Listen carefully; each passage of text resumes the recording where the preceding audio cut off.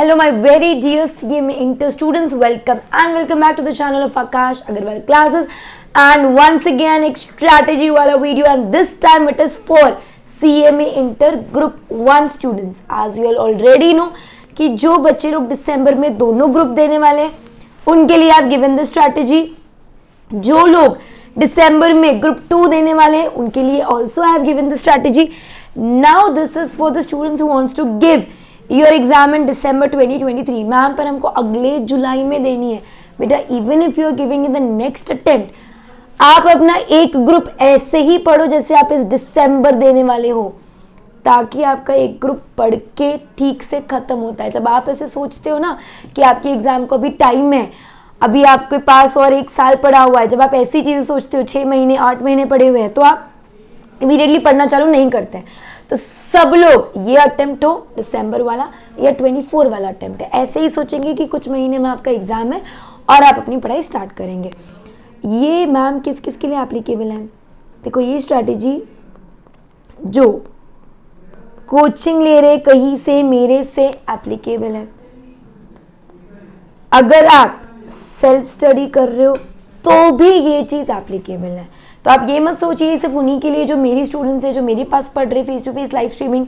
In fact coaching में भी सारे लोग इसके अंदर आएंगे.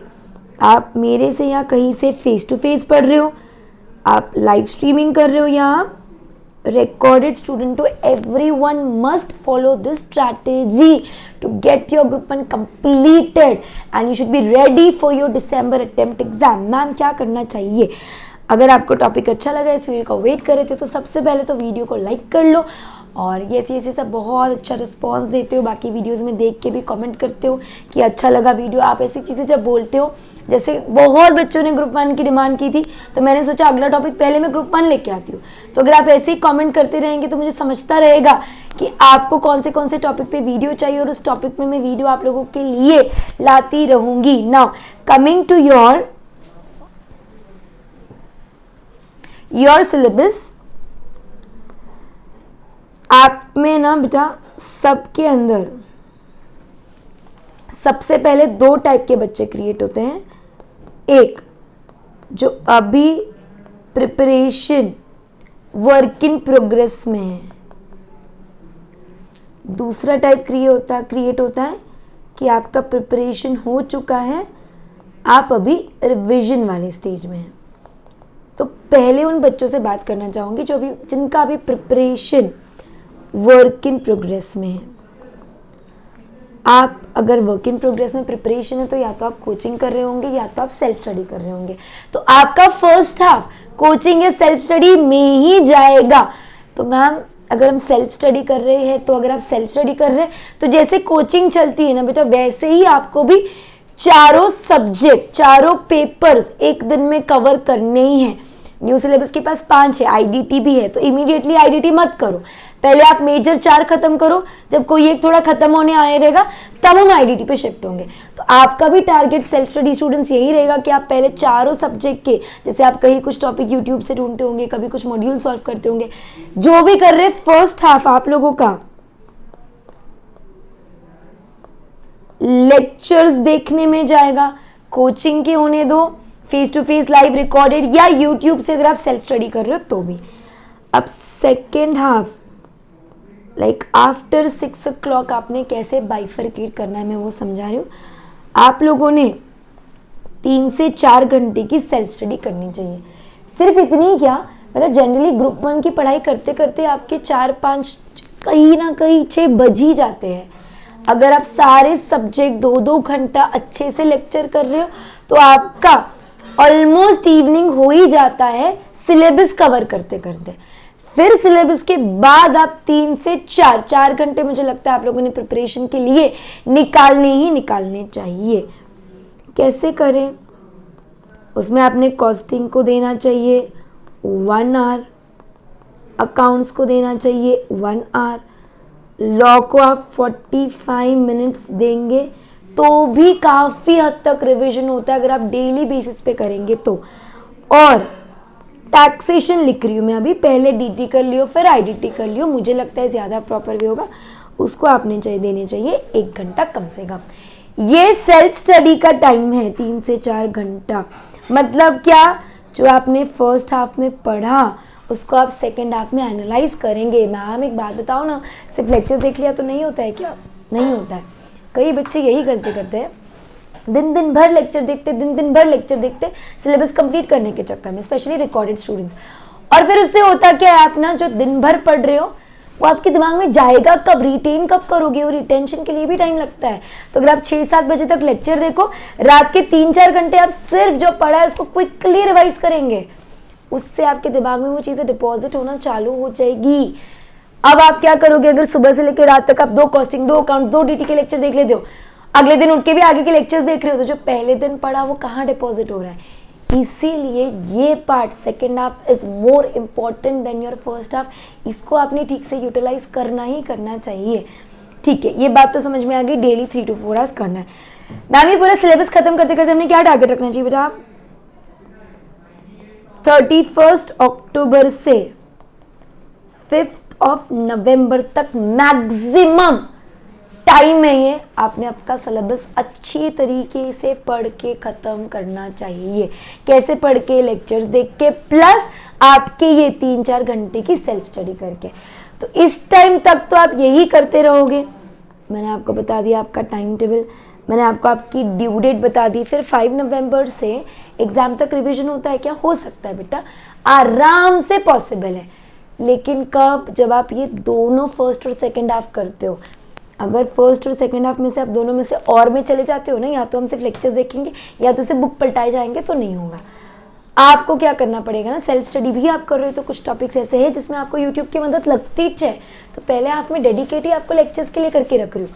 फिर सेकेंड हाफ वही चीज़ को रिवाइज करेंगे, तो उसके बाद आपका सिलेबस होने के बाद नवंबर से दिसंबर तक 1 महीने में अब बहुत अच्छे तरीके से रिवाइज कर सकते हो। टेंशन क्यों लेते हो? सक्सेस बैच है ना अपना, you need not to worry. Already बहुत सारे सक्सेस बैच के लेक्चर्स अपलोडेड है हमारे यूट्यूब चैनल पे, आप वो भी देख देख के प्रिपरेशन अपना चालू कर सकते हो। अगर आप कहीं भी अटके हो कोई चैप्टर पे, कोई टॉपिक पे, हर सब्जेक्ट का हर टॉपिक आकाश अग्रवाल क्लासेस के यूट्यूब चैनल पे है, डिस्क्रिप्शन बॉक्स देखो। Because you already know we are working exclusively for CMA students. तो हमारा कंटेंट भी सिर्फ उनके हिसाब से होता है, आप ही के एग्जाम के हिसाब से फ्रेम्ड होता है। कई जिससे आकाश सर ने DT में मॉड्यूल सॉल्व कराई हुई है, सक्सेस बैच के अंदर ही हम लोगों ने MTPs लेटेस्ट वाले सब कवर किया है। तो आप अटकते हो तो वो चीज़ें देखो। अब मैम एक और चीज़, हम 31 अक्टूबर तक आते आते प्रीवियस भूल नहीं जाएंगे क्या बेटा? उसके लिए आप अपना थोड़ा संडे का आधा दिन ना, अगर पूरा मिलता है तो पूरा, नहीं तो आधा दिन आप क्यूमुलेटिव रिवीजन के लिए रखो। मतलब क्या? जो आपने हफ्ते भर में पढ़ा है उसका 1 या 2 सब्जेक्ट आप संडेज को कवर करना चालू करो। मे बी सैटरडे को आधा दिन, संडे को आधा दिन, ऐसे करके कवर करते रहेंगे ना तो आप बहुत भूलेंगे नहीं। ऑफकोर्स थोड़ा बहुत आप भूलने वाले, लेकिन एकदम से आप ब्लर नहीं हो जाएंगे। तो आप संडेज के लिए क्यूमुलेटिव रिविजन की निकाल के रखो। फिर नवंबर दिसंबर में क्या स्ट्रैटेजी रखे मैम? बेटा नवंबर दिसंबर में जब आप पढ़ोगे ना, you will have to make sure कि आप रिवीजन के साथ साथ MTPs, मैम अभी क्यों नहीं करें, उसका एक बहुत अच्छा आपको मैं रीज़न बताती हूँ। जैसे कॉस्टिंग है, अब आपने कॉस्टिंग के अंदर कॉस्ट शीट कंप्लीट कर लिया, अब आप जाएंगे पास पेपर में कॉस्ट शीट कंप्लीट करने के लिए, पर आप देखेंगे कि कॉस्ट शीट के साथ रिकन्सिलिएशन भी पूछा है जो अभी तक आपने नहीं किया है। इसीलिए अभी इमीडिएटली उन पे मत जाओ, पहले आपकी जो भी मेन बुक है जहाँ से भी पढ़ रहे हो उसको 1 नहीं 2 बार स्ट्रॉन्ग करो, क्योंकि जब ये पूरा स्ट्रॉन्ग हो जाएगा तो पास पेपर आपको आसान जाएंगे, तब जाके MTPs आपको आसान जाएंगे। तो नवंबर दिसंबर में आप पास पेपर्स करेंगे, MTPs करेंगे। ऑब्जेक्टिव्स मुझे लगता है आपने चैप्टर वाइज अभी ही खत्म करने चाहिए। कौन से फेज में? इस फेज में आपने अक्टूबर एंड तक अपने सारे टॉपिक के ऑब्जेक्टिव्स और सारे टॉपिक के थ्योरी करने चाहिए। उसको आप डीले मत करो एंड के लिए, क्योंकि एंड में क्या क्या करेंगे? सिलेबस रिवाइज करना है, ऑब्जेक्टिव्स करना है, थ्योरी करना है, MTP करना है, पास पेपर करना है और कुछ ना कुछ छूटना है, मेरे को पता है। इसीलिए आपने क्या करना चाहिए, आपने अभी ही जैसे जैसे चैप्टर खत्म होता है उसके ऑब्जेक्टिव थ्योरी खत्म करो। कहाँ से खत्म करें? आप जो भी बुक से पढ़ रहे हो, अब आप मेरी से पढ़ रहे हो, या आप मेरे से ना पढ़ रहे हो, आप सेल्फ स्टडी करो, जहाँ से भी करो, आपकी जो भी बुक है, आपकी मॉड्यूल है, आपके पास पेपर है, MTP है, वर्कबुक है, बिट MCQ है, बहुत चीज़ें करने के लिए। और अगर आपको चैप्टर वाइज बेस्ट कंपाइलेशन चाहिए तो आकाश अग्रवाल क्लासेस के स्टोर पे भी ऑब्जेक्टिव्स है, आप वहाँ से भी कर सकते हो। मैं मार्केटिंग करने नहीं आई हूँ, अपनी बुक सेल करने नहीं आई हूँ, आपको चाहिए तो, नहीं तो मैंने आपको बोल दिया आप पास्ट पेपर कर लो, MTP कर लो। सिर्फ बात ये कि वहाँ चैप्टर वाइज बाइफर्केशन नहीं होता है, मैंने अपने बुक में चैप्टर वाइज कर रखा है। तो आप आपकी इसमें चैप्टर जो आपको लग रहा है ये मटेरियल का ये पढ़ लो, ये लग रहा है कॉस्ट शीट का ये कर लो, या 2-3 चैप्टर होने के बाद एक बार कर लो। लेकिन आप लोगों ने ऑब्जेक्टिव्स और थ्योरी साइमल्टेनियसली खत्म करनी चाहिए। थ्योरी ऐसी चीज़ है जो आपको सच में पास कराने में बहुत मदद करती है। Ask your students who have already done that.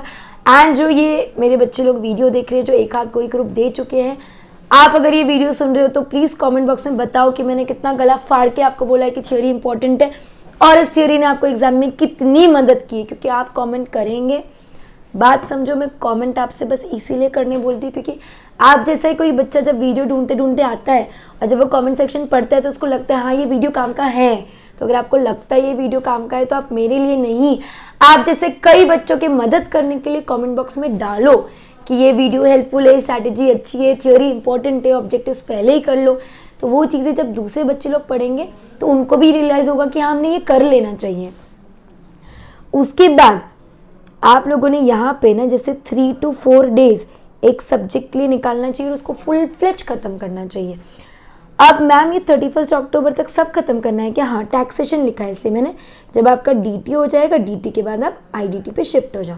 एकदम से मुझे लगा आपके मन में डाउट आएगा, इसलिए 3 to 4 डेज लेने का एक सब्जेक्ट खत्म करने का, फिर उसका मॉक देने का, फिर अगले 3 से 4 दिन लेने का एक सब्जेक्ट खत्म करने का, उसका मॉक देने का। ऐसे करके हम नवंबर दिसंबर का रिविजन करेंगे और तब तक मैं और स्ट्रैटेजी ले आऊँगी कि आखिरी 30 दिन में आपने क्या करना चाहिए। जैसे ये स्ट्रैटेजी है कि आखिरी 90 दिन 90 डेज में आपने कैसे कैसे प्रिपरेशन करना चाहिए।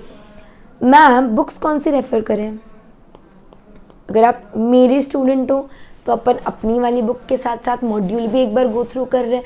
सो वी आर कवरिंग एवरीथिंग। आप जहाँ से भी पढ़ रहे हो, आपने आपकी जो भी मेन बुक उन्होंने प्रोवाइड की है वो करो। सेल्फ स्टडी कर रहे हो तो आपने मॉड्यूल करनी ही है, उसके साथ साथ मॉड्यूल का कवरेज रखो। उससे क्या होगा, आपको एक्टिव पैसिव समझ में आएगा। मैं अभी बोल रही हूँ मॉड्यूल,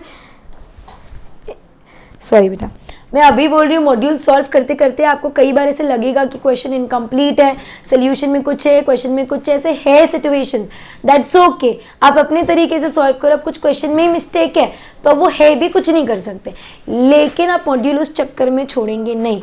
मेन बुक खत्म करो, मॉड्यूल खत्म करो, ऑब्जेक्टिव्स के लिए मैंने आपको सोर्सेज बता दिए, वहाँ से करो, थ्योरी को छोड़ो मत। ये स्ट्रैटेजी अगर आप अप्लाई करेंगे, यही स्ट्रैटेजी यूज़ कर करके कई बच्चों के बहुत अच्छे स्कोर आए, पास हुए हैं, एग्जामिशंस आए हैं, रैंक्स आए हैं from Akash Agarwal classes itself. और हमारे प्यारे प्यारे बच्चे ये चीज़ें यूज़ करके बहुत अच्छे क्या कहती हूँ मैं, मार्क्स के साथ पास भी होते हैं। तो आपके पास भी चांस है। अच्छी स्ट्रैटेजी सोच समझ के बनाई हुई है, पहले आपके लिए लिखी हुई है, फिर मैं आपको यहाँ प्रेजेंट कर रही हूँ, तो इसको आप ज़रूर फॉलो करें। मैम उनका क्या, जिनका प्रिपरेशन हो चुका है और आप रिवीजन कर रहे हैं, बेटा अभी आप रिवीजन करते करते ही आपकी जो भी मेन बुक है प्लस मॉड्यूल ख़त्म करेंगे। आप लोगों ने भी नवंबर 10 तक होल सिलेबस एक बार अच्छे से क्या करना चाहिए, रिवाइज करना चाहिए। पूरा का पूरा क्या क्या करना चाहिए, आपने मेन बुक करना चाहिए, मॉड्यूल करना चाहिए, ऑब्जेक्टिव्स करने चाहिए, थ्योरी करनी चाहिए। दिन में कितने घंटे बिता, आप भी मेरे को लगता है 3 से 4 सब्जेक्ट चलाओ। जो कॉस्टिंग हो गया, आप 2 से 3 घंटा रिवाइज करो।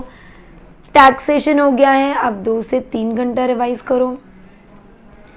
लॉ हो गया है, 2 घंटा रिवाइज करो। और आपका बच रहा है अकाउंट्स, भी आप 2 से 3 घंटा रिवाइज करो। ये आप लोगों ने टाइम टेबल रखना चाहिए। अब ये उन बच्चों के लिए है जो ऑलरेडी एक बार प्रिपरेशन कर चुके हैं, लेक्चर्स देख चुके हैं, और अब आपको क्या करना है, रिवाइज करना है। बाकी चीज़ें आपकी और इनकी सेम है, लास्ट रिविजन सबका सेम है, बस अभी आपके आवर्स बढ़ जाएंगे। आपको ऑलमोस्ट 3 आवर्स एक सब्जेक्ट बैठना है, रिवाइज करना है, मॉड्यूल करना है, मेन बुक करना है, ऑब्जेक्टिव करना है, थ्योरी करना है, पास्ट पेपर करना है, MTP करना है, और नवंबर 10 तक ये सब खत्म करना है। तो तो आपको एक और बार रिविजन करने का क्या मिलेगा बेटा, मौका मिलेगा।